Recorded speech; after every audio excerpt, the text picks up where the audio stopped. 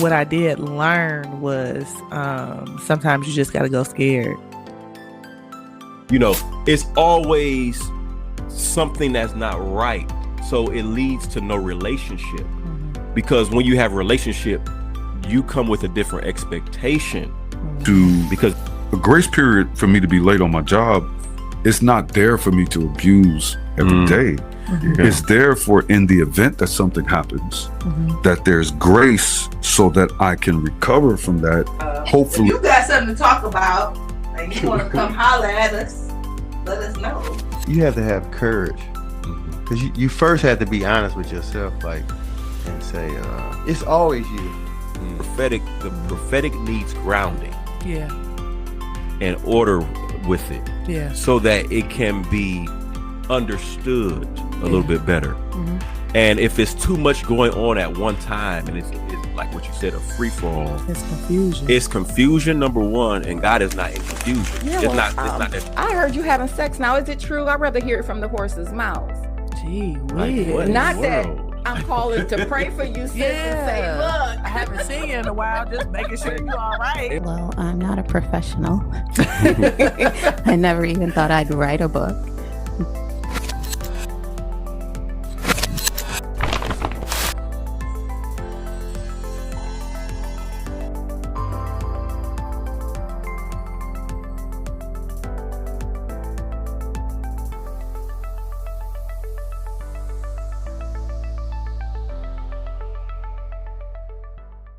Hi, I'm Erica. And I'm John. And welcome to the Den Podcast, where we have conversations for navigating faith, purpose, and identity.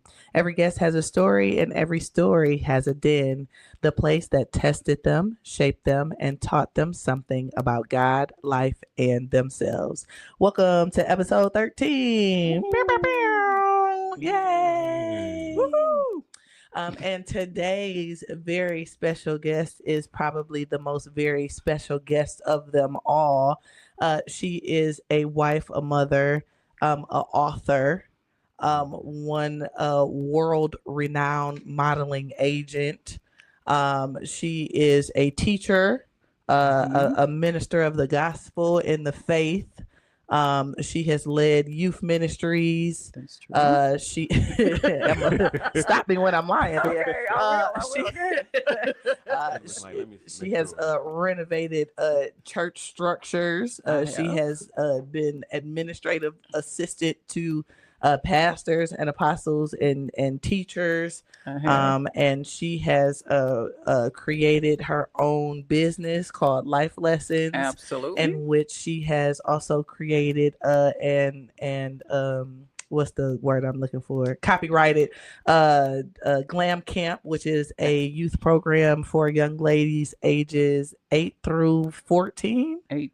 8 through 18, yes. Where she teaches social skills and etiquette skills to the young people. She has trained pageant winners. She has done cotillion society meetings. That's true. Debutante training. That's true. And anything else that I am forgetting. Welcome to the podcast, Cheryl Stokes. Thank you. Who is also my mama, y'all. Woo-hoo. That's my mama. Do we look alike? Yeah, we look alike. All right. So welcome. Thank you for saying yes. Thank you. We appreciate you being here. So happy to be here. Yay, fantastic. With two of my favorite people. So why not say yes? She is legally bound to say that. I am not. I say terrible things about people all the time. I don't have to say nice things. That's actually very true. Okay. So tell the people something that's interesting about yourself that they would have never known by my extremely long bio. Oh my God, you covered 90% of my life, but you didn't mention that I was an international flight attendant. That I flew to Concorde and Air France. Yeah. And I traveled with politicians on the planes going at Mach speed for no real reason to get from point A to point B. Yeah. And I got bored with that. Yeah. And it's funny because a couple weeks ago, I just randomly started asking you about your flight attendant career and your uniforms. And you had actually told me to look up the interior of the plane. My mom flew in the 70s and the 80s, Ooh. and the inside of the plane. Was it 70s or 80s? Oh, it Oh, was no. so. So every plane had a color. There you go. And it was like it was called brown. It was a red plane. It was an orange plane. yellow. It was a yellow plane. They were so ugly. But the tagline of the airline was the flying colors. Okay. So every single aircraft was a different color and with matching interior. And it was so ugly. I'll show you. It was an adventure. Yeah. The red one and the yellow one. Yeah. So you would be walking down the jetway and you would see the color of the plane and go, "Oh, I hate this plane. Half the stuff on this plane don't work." You already know what plane it is because what color it is. So it was different. It was different, but that was their tagline. So they didn't just have one of each color, did they? Yes. Oh. Yes. Every single aircraft was a different. Braniff International out of Dallas, Fort Worth. Every single aircraft was a different color. Okay, so they had the turquoises and things of that nature, like the off colors. Yeah, yeah. They had some really ugly planes, and then there was one or two that was really nice. Mm-hmm. Yeah, and we had designer uniforms, by the way. That's what started the conversation, where she was like, "Oh, we had designer uniforms." And I'm like, "Well, Delta uniforms is kind of snazzy. Like, what's your definition of designer?" And then I looked at them and I was like, "Oh." It was like cashmere trench coats. Yes. It was ridiculous. And that's why they went bankrupt.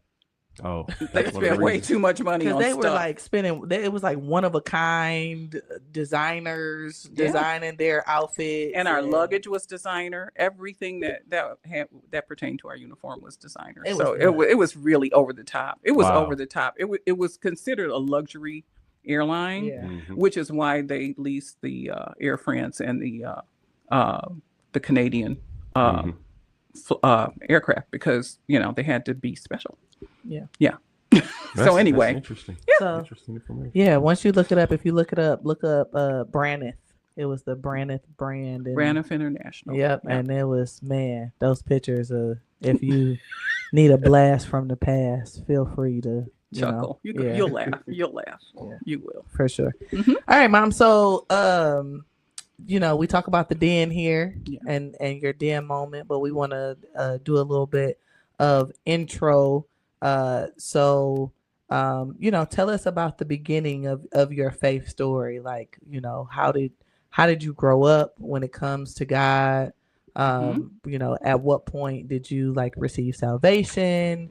And what was your journey like in elementary school, middle school, high school? Like, what did God look like in your life at that time? And, maybe some of the things you were dealing with. That's a really good question. My path took a lot of different turns, and I don't think that my path was a common one, because my first memories of having just wanting to know who God was or what God was about was based on the fact that I saw this big, beautiful book on our dining room table that I wasn't allowed to touch. And I'm like, what is that book that I can't touch? And it was so pretty. It was white leather and it was embossed in gold, and all of the, the trim on the pages was gold. And Mom was like, don't touch that book. That's my Bible. Oh. Bible. What's a Bible? What's it for? How come I can't touch it? Dang. So then I was like, I gotta touch that book. Right. Because we don't do what we not supposed to do. Of course. But I was, I hope they don't dust it for fingerprints. So I would turn the pages, and my mother had a Bible that actually had pictures in it, back in the day, and they looked like oil paintings. So I became intrigued with the pictures. And I was like, oh man, this book is so pretty. But I would always leave a marker where Mom had her page. So I would make sure to turn it back to where she had it, so she would know I had been in it. So my relationship began as just me being inquisitive and me going, there must be something about this book that she values it like this, because we didn't value books to that degree in our house. I mean, we had a lot of books, we had a library, but that was the book, that you weren't allowed to touch. So I was like, I want one. I want my own.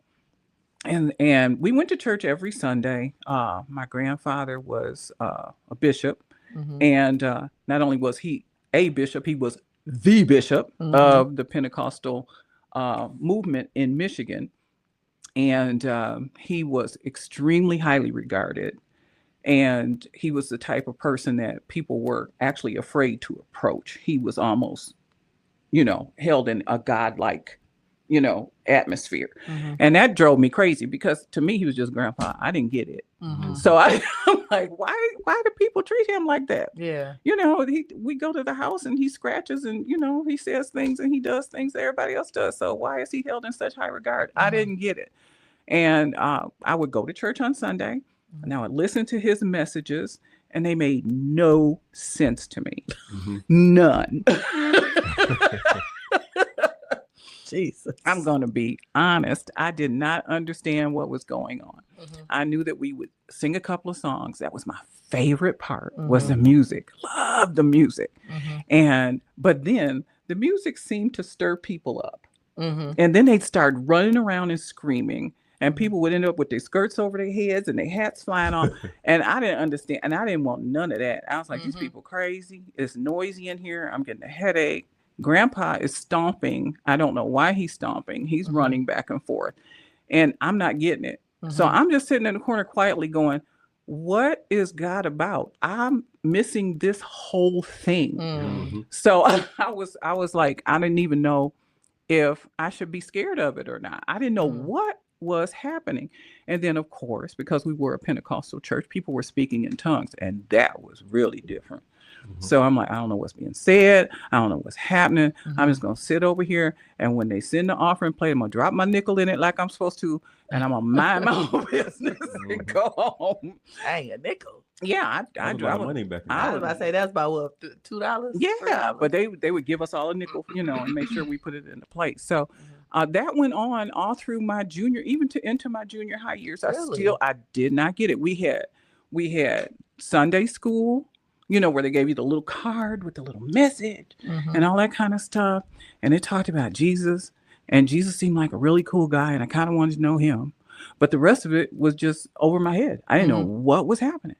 So that just continued throughout. I did my little Easter message. You know how you get the little poem? You got my little Easter speech. I didn't know what I was talking about. I just memorized the thing, and went up there and said what they told me to say. And same thing happened with my baptism.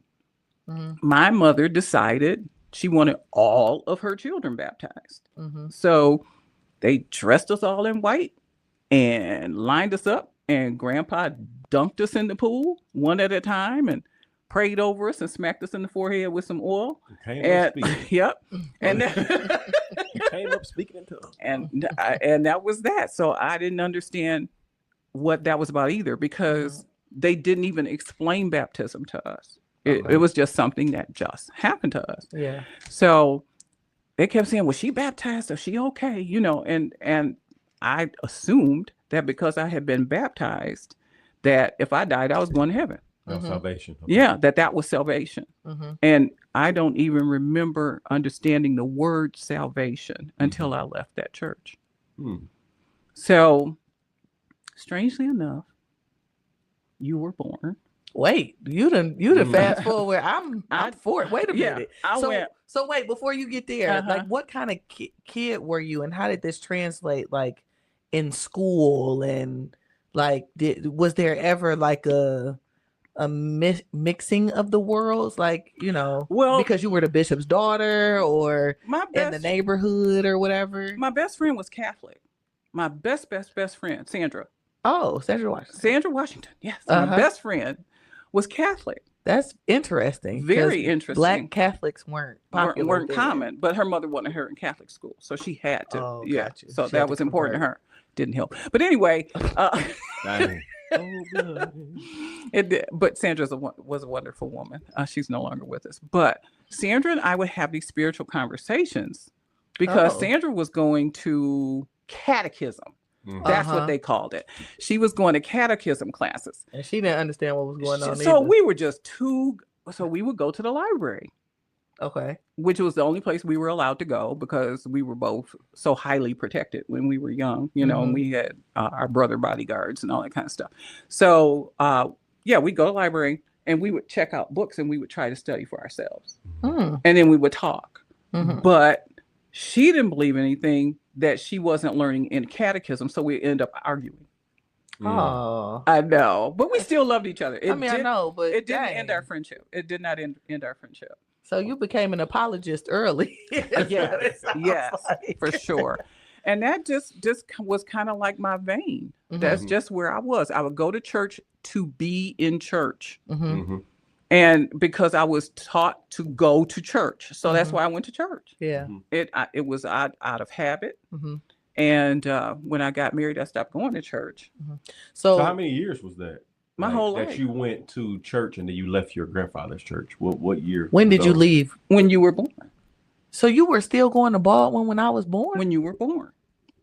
Oh, I didn't know that. But okay, so wait, because you're skipping a lot, Ma. Okay. Okay, so because at some point you graduated high school. Yep. You were going to Wayne State. Yep. And no church. Okay, so tell us about that transition of your grandfather being the bishop, and then all of a sudden you are this wayward child who is no longer participating at the family church. I wasn't learning anything. I didn't understand anything. At any point, you didn't understand? No. I know that's sad. And I wanted to love God. That was in me from the moment I had a first thought. I know that sounds strange, but I always knew God was real, and I always knew that he was going to take care of me, but that's all I knew. I didn't know anything else. And so, so when I got old enough to quit going, I quit going, just like everybody else. So you didn't understand because I was not taught. Okay, so they weren't a teaching church. They were just they were a preaching, running around, screaming, falling out church. What is it called? Charismatic. Charismatic, yeah. And the energy was not one to leave with information that was useful to your life. They just wanted you to have a really good time on Sunday. Got it. Okay, so it was like going to a party on Sunday. Okay, but then when you walk out, you dumb as a shoe. So. So that was the lifestyle. That's what was going on. I got old enough to stop going, and I stopped going. Okay. I didn't stop loving God. I didn't stop wanting to know God. I just didn't know how. Because if he wasn't at church, then where was he? Yeah. Okay. So I was like, I don't know what to do, so I ain't gonna do nothing. Right. And so I was in that state all the way through college until I moved to Texas, until I became a flight attendant. Even when I went to Los Angeles, no church, no spirituality. And what took you to Los Angeles? A modeling gig. Okay. Yeah, I had at that time become a runway model. So how old were you at that point? So walk us through like what your life looked like. You went to college. Yep. You went to Wayne State. Yep. You majored in dance. Physical education. Physical education. With a minor in dance. You were a dancer. I was a dancer. You took less physical education classes than you did. That's very true. Because I only wanted to dance. The rest of it was stupid to me. So when I got my degree, I came out of there. I was an extremely graceful human being, and I had a couple friends that were runway models. They were like, you have this amazing posture and grace and walk and all that, so you should look into modeling. And I had all that, but because I'd grown up in a Pentecostal home, I didn't know anything about glamour. I didn't know anything about doing my hair. I didn't know anything about makeup. I didn't know anything about how to be or look like a model. And you guys that was a sin. Yeah, I was about to say you guys were forbidden to no nail polish, no makeup. Your dress had to be dress. You could not wear pants. And your dress had to be a certain length. You couldn't show your arms, in the multitude of all the things, all the limitations. So because my mother, bless her heart, wasn't very strict with that. I was allowed to wear pants. I was allowed to learn how to apply my makeup and that kind of thing. Stuff, but it had to be church. But it had to be really light and really natural. Okay. I wasn't allowed to do a lot of color, and things like that. And that was fine. So I get to the agency, and they were like, you have loads of potential, but you need training because you just need to learn how to take yourself into an audition or an interview and come out with the job. Yeah. But you have the potential. So I got trained. And so at that point, I started working even before my training was over. All I would wow. have to do was walk into a room and get on the runway and walk. And I never, and I'm not saying this to be prideful, I have never auditioned for a runway job and I didn't get it. Wow. Never. So when you were learning runway, how intricate did they have to critique your walk? Jeez. Before it was like, I got it and you can't never tell me no about this walk. I got it very quickly because I was already a dancer and I already understand movement and balance. And I had a little bit of showmanship in me, and I don't know where that came from because I'd never really been up in front of people. But it might have been grandpa. Or I mean, as a dancer, you have to be a performer. But too. I had performed at, in a dance troupe before, but never like just out there by myself. Yeah. But I just seemed to have it. I just it seemed to come natural to me. And I came out in the 70s where they were just starting to hire Black models. Before then, they didn't want Black models. They absolutely wasn't going to hire a Black model, but we had become popular at that time. So I came into the industry at a good time where they wanted one Black model in every fashion show. But you had to outwalk everybody else. And not only that, but skin color wise, you weren't abrasive to the white audience. Exactly. And because I was fair complected, I guess I still am, I was an acceptable shade. So I didn't frighten anybody. So I was the girl to get the job. And we were doing an international ad for Kellogg's. Oh, okay. And it was being shot in Los Angeles. I've never heard this story. Go yeah. ahead. And it was being shot. The clothes were hideous. Oh, they were hideous. That's what you remember. She gonna remember that. Yeah, but it was clothes. It was Kmart and Amway were sponsoring this show. Okay. And I can't remember who supplied the clothes, but they were the most hideous clothes I've ever seen. But I was sent to do the series of shows. So I was only there for a couple months. Okay. Yeah, and they put me up and all that. Gotcha. Yeah, but during that time, it was a very lonely time. I was by myself a lot. I didn't know the other models because models were coming in from all over the country for this particular show. So, they were all strangers. We were all strangers. So I just went there, did my work, went back to Michigan. I didn't meet anybody I liked. I didn't want to stay there for any real reason. I disliked being in Los Angeles. I found the people to be fake and weird. And I really felt like I was in an environment where they had let everybody out of a mental institution. and they all came to where I was. And nobody, no matter who you talk to, nobody was from LA. Nobody. Yeah. Everybody was from someplace else. Yeah. It was just a strange. It was just strange to me. Pot. Yeah. It was just strange. We still hear that about LA. Though. Yeah, it has. Like it's like a lot of people who are in LA are not from LA. Yeah. Most of the people who actually are born in LA leave because they don't like the culture of LA. And the culture of LA is very, very specific. Even more than New York. And in reference to your complexion and your size, your shape, how you wear your clothes, you're scrutinized constantly. You don't have a freedom in your appearance at all. Yeah. So I didn't like it there. So I left as soon as the job was done. And I came back to Michigan. I was here for like 10 minutes. And then I was constantly running away from home. I had gotten pretty good at it.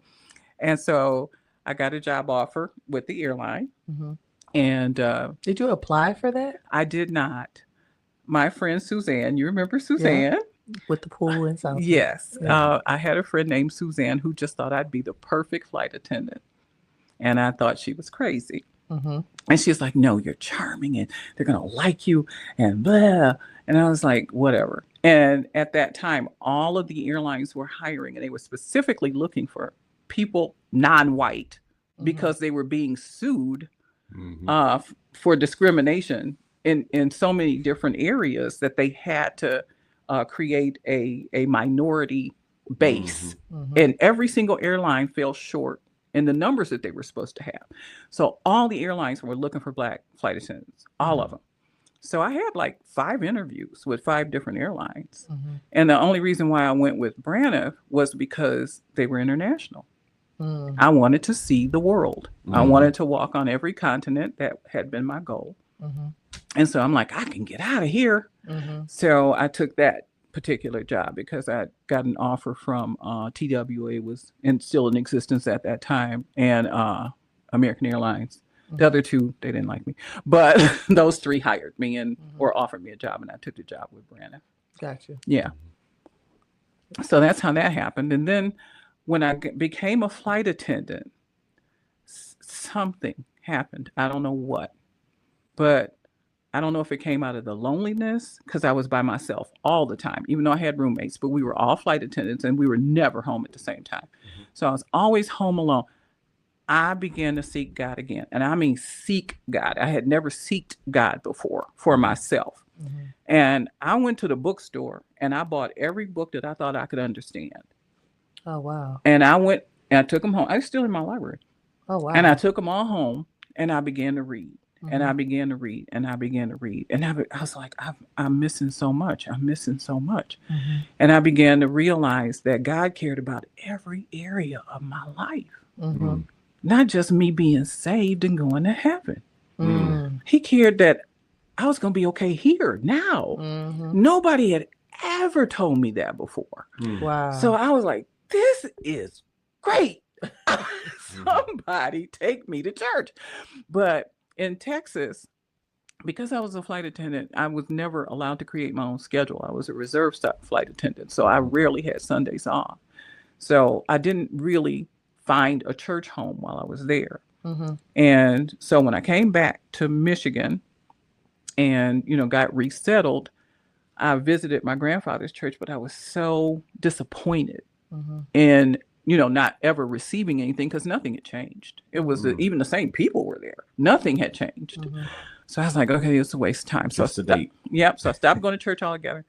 And when you were born, I don't know, something told me to get up and go to church one Sunday. So I got up, got you dressed, got your sister dressed. We went to church. And before we could sit down, the Holy Spirit told me, this is not your home. Because you had went back to... I had went back to my church, my childhood church. And we didn't even take our coats off. Did you get up and I just got up and walked out. I'm pretty obedient. Okay. And I really felt in my spirit that something was telling me, don't even sit down. And I got up and I left. So you just did a big U. You just walked down and walked. And I walked back. I walked right back out. And from that point, I began to again search for myself and study for myself and seek for myself. And I was being invited to, my friends' churches, and I was visiting other churches and that kind of thing. So I was going to church, but I wasn't going to church. I didn't have a church home. I just kept being tossed to and church fro. Hopping. Yeah, I was church hopping. That's what they call it. Yeah. And I wasn't comfortable anywhere that I found until my very best friend in the world, Tanya, to whom we celebrated her birthday today with her. Yay! One of the models that I trained, she stood out to me because she didn't act like the other models. And she didn't carry herself like the other models. And I really felt drawn to her. And so we developed a friendship, and it was almost like a sister friendship, but I'm much older than her. So it was almost like a mother-daughter, but then also friends, kind of thing. And so we were crazy about each other, still are. And she invited me to her church because I was constantly telling people I was looking for a church home. I was desperate. I was telling everybody I met, what church you go to? Do you go to church? You say? Yeah, I was like, somebody, please. So Tanya invited us to Word of Faith International Christian Center. And I wasn't even in the building. I got out of the car. We was walking to the building, and the Holy Spirit said, you're home. Okay. And I said, I'm home? What's that mean? Because, again, remember me. I've been to church my whole life, and I'm still unchurched. So I don't even know what that means. I get in there, and all of a sudden, people are pulling out notebooks, and they're taking notes, and they're writing things down, and they're listening, and they're paying attention, and nobody's running up and down the aisles, and nobody's screaming. And I was like, this is like school. I'm going to learn something here. Mm-hmm. This is what I need. And so I jumped in with both feet. Rest is history. Yeah. Because that day, the first day we went was the day I got saved. Yep. And I was in children's church and they were talking about Jesus. And I actually had a similar experience. I was like, ooh, this guy sounds great. Where is he? Yeah. Oh, he's in my heart now. Oh, I got to do something. What do I have to do? Accept them? Got it. Tell me what to say. Like, I was full-fledged. Like, this sounds amazing. And I went to pick her up from children's church, and they were just elated, you know. Sister Flossie. Yes, and she had her puppets, you know, and they had taught her about salvation with these puppets. And Erica was just, Mom, guess what happened? And she's just pouring out her heart. And I'm like, this is so cool. So, but the very first time that I was at Word of Faith, when they did the altar call, I answered the altar call. Though I felt like I already had that relationship, but I had never made a public statement about that relationship. And I felt like that was necessary.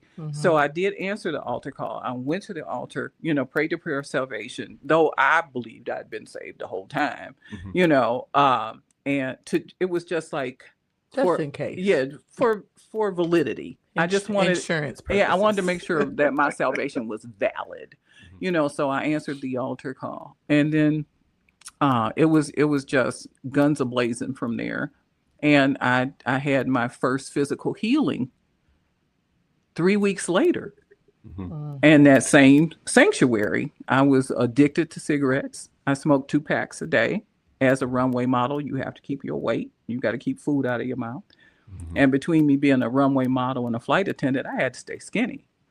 And it didn't matter what your lifestyle was or what your genetics was. You had to keep your weight down. They didn't care how you did. You could be shooting heroin in the dressing room. They didn't care. Just don't gain weight, you know?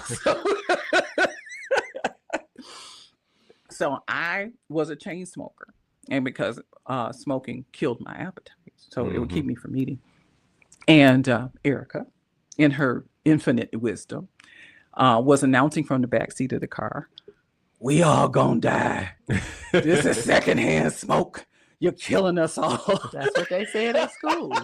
I was just saying what they said. And my baby kept insisting that I was killing the entire family, which was probably true. And so we would, you know, crack the windows, but I was still smoking. So I committed to quit.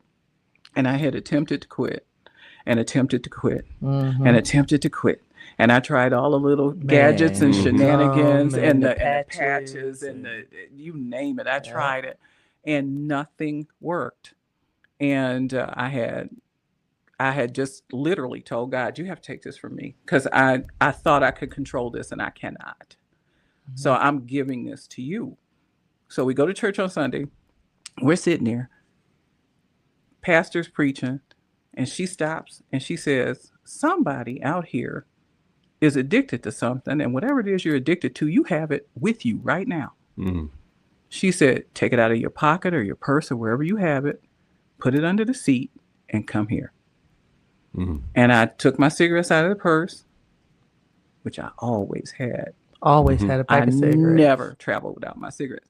I had just smoked a cigarette before I walked in the door. Old faithful. Oh, yeah. So I threw the cigarettes under the seat, go to the altar. And I get to the altar and she stares at me for a second. And she literally says, your faith has made you whole. I'm not going to lay hands on you. You're already healed. She said, go back and sit down. So I went back and I sat down. Never lit another cigarette in my life. Wow. That's something. So what do you think people misunderstand about healing? Like, I think people try to complicate it. And I think that they try to act like they have to, they really don't have a part in it. It's like, you don't have to do anything but make the request known.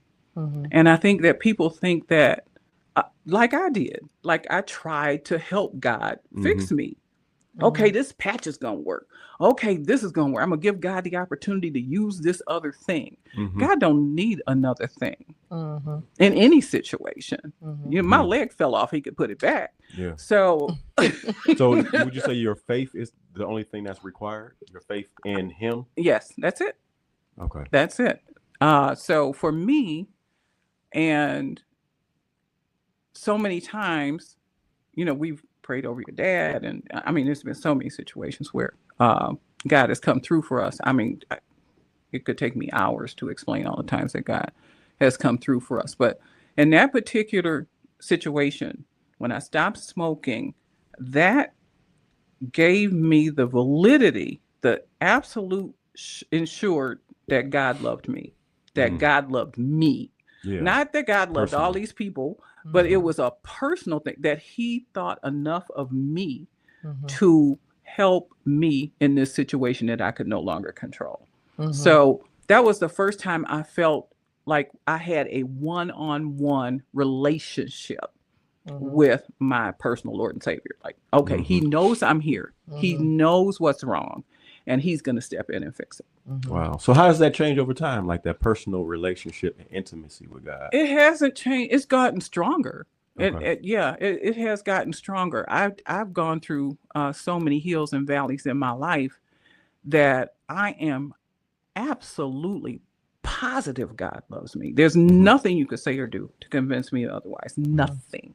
There's nothing you can say or do to ever make me believe that God does not know I'm here, that God does not hear my prayers, that God doesn't care about me. There's nothing you could do to make me believe that.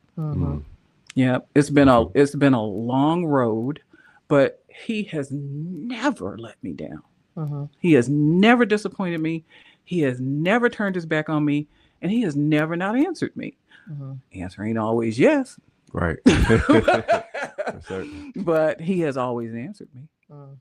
So I feel like that is the totality of me trusting that he's always going to be there for me. Yeah. So what has your den looked like then? Have you had any den moments or like very low moments? Many. God had to come through for you, like many. What is one that really stands out? I was at a point where I was ready to leave my husband.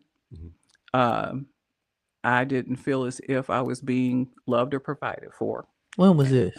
The one you talking about? There's so many. I know. That's why I'm like, let me be specific. But this one was I remember him just being able to go back to play golf again. So this was but not this last time. No, you're talking about when I was in college. Yeah. Okay, so this was like 2006, 2007. But this was after Grandma died. Yeah. Okay. But here's the thing: I was trying to hang in there until my girls were grown, like so many women of my generation. So there was no thought of you not leaving until your children can support themselves. And it was important to me that they had a father in the household, even though it wasn't the healthiest relationship. He was there, and he never left. So that had some weight and some value. Yeah. But we got into a point where I just couldn't. And it was a really hot summer day, and it was before we had air conditioning. Central air. Yeah, we just had the portable air conditioners and throughout the the house. Yeah. And I was lying across the bed. It was a Sunday. I remember that because I had come in from church and I'd taken my clothes off and put on something more casual. And you and your sister had come into, remember how after church we used to talk about what we learned and what happened and stuff. And we had just had one of those conversations. And then you two went on off with your little lives. And so I dozed off. But dozing off, I was talking to God. And I was like, Lord, and I asked him something. And I was like, maybe I never should have asked him this. But I said, Lord, can I see him the way you see him? I need you tell me he's valuable. So let me see his value. Let me see what you see. Because I needed a reason to stay. So I dozed off. When I woke up, he was standing in the doorway. And he was telling me he was about to go and play golf. And this was probably just a coincidence, he was wearing all white. And so I looked at him And he did not. He was not. He was not himself. I don't know who that was. But I looked at him and said, "This dude here is a keeper. Who's this guy?" You know. And so I was like, "Lord, is that how you see him? You see him finished and whole and healthy and complete and wonderful." And the person that I was seeing, I was like, if he has the potential to become that, I'll stay. And so I did. Okay. But I was packed. I was ready to go. I was ready to go. Yeah. But the Lord again, he said, you asked to see him, so let me show you. And what I saw, I thought was worth fighting for. Okay. So I stayed. Do you think that's why you continue to stay? Because that was 20 years ago. I have many reasons. Sometimes it's his health, and I think he needs help. Sometimes I see a flicker of potential. Sometimes I value him as your father and your sister's father. Oh, child, you can kill that thought. Yeah, he gonna be my daddy whether you there or not. Exactly, so. but you let that one go. But especially when you were little, you know, for sure. When you were little, for sure. So there were reasons, different reasons throughout the relationship. Now it's just roommate survival mode. Okay. Yeah. So what would you tell to a young couple, since we're there?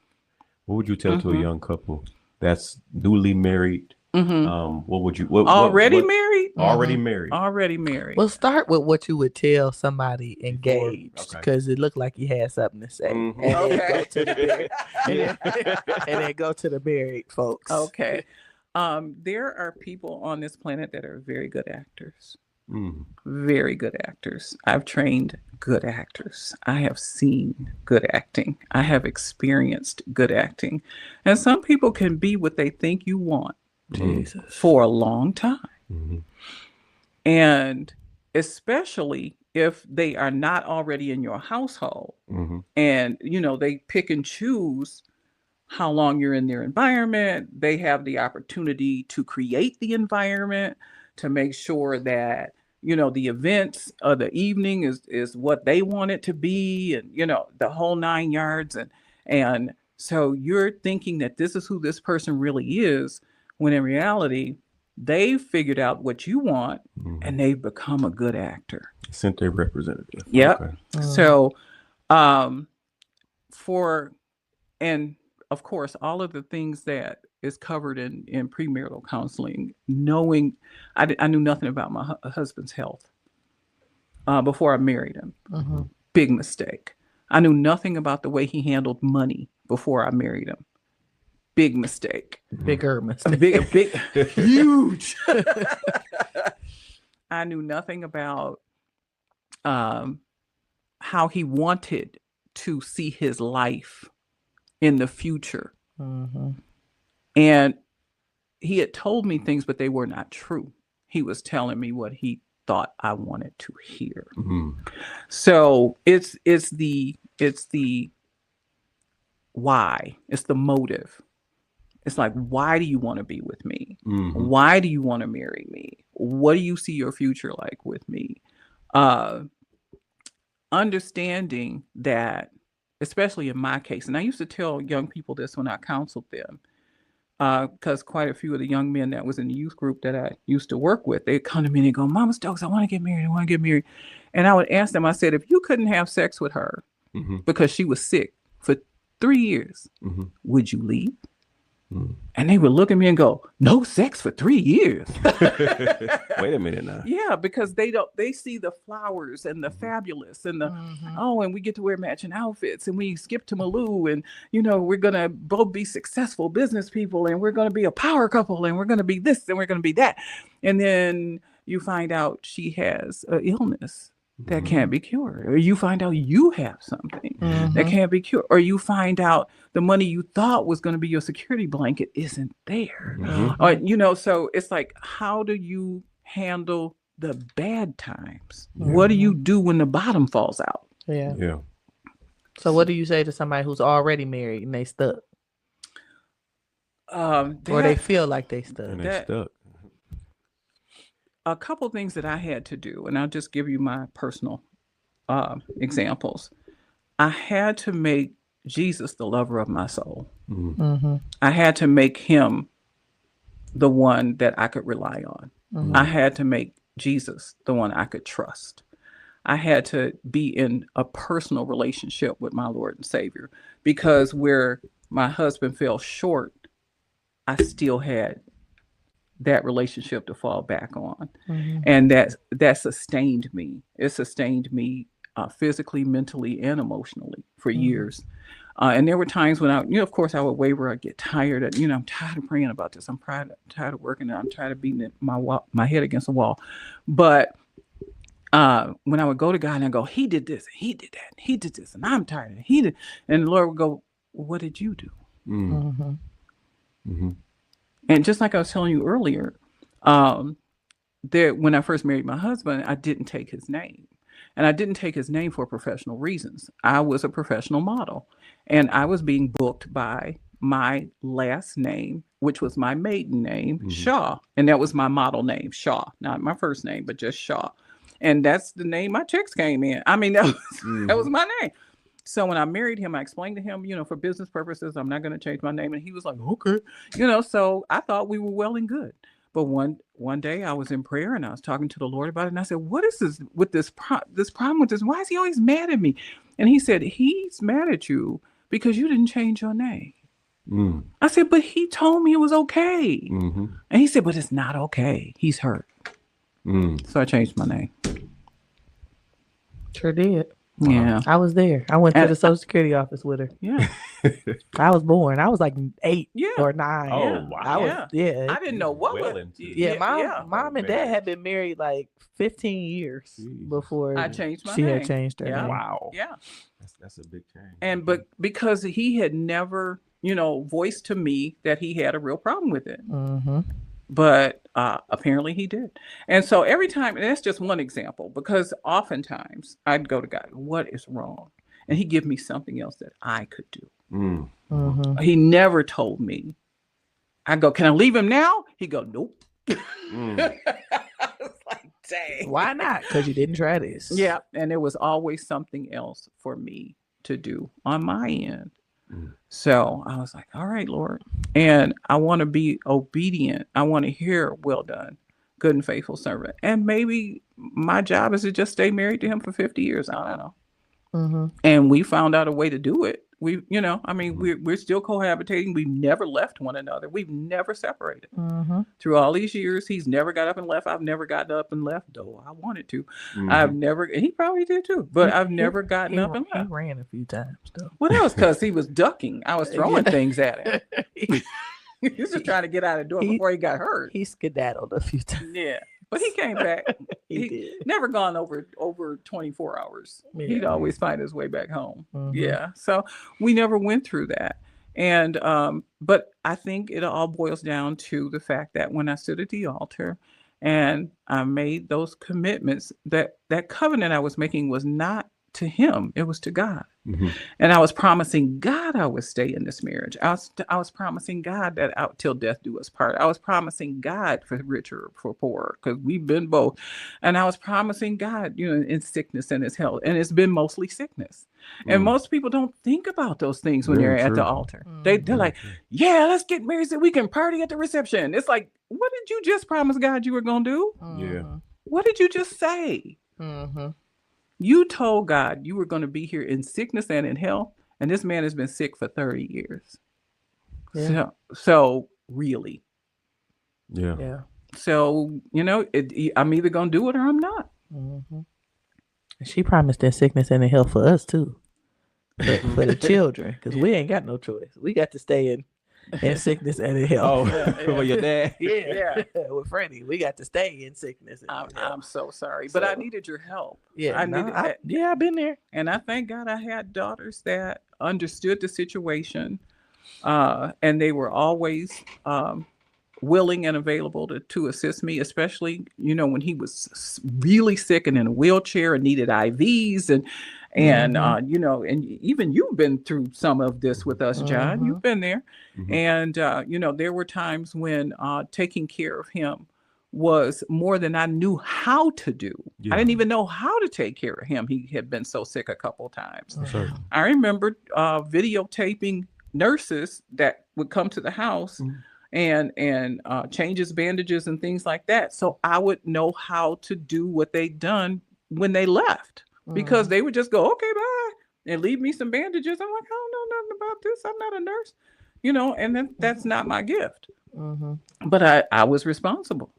So I had to figure it out. Yeah.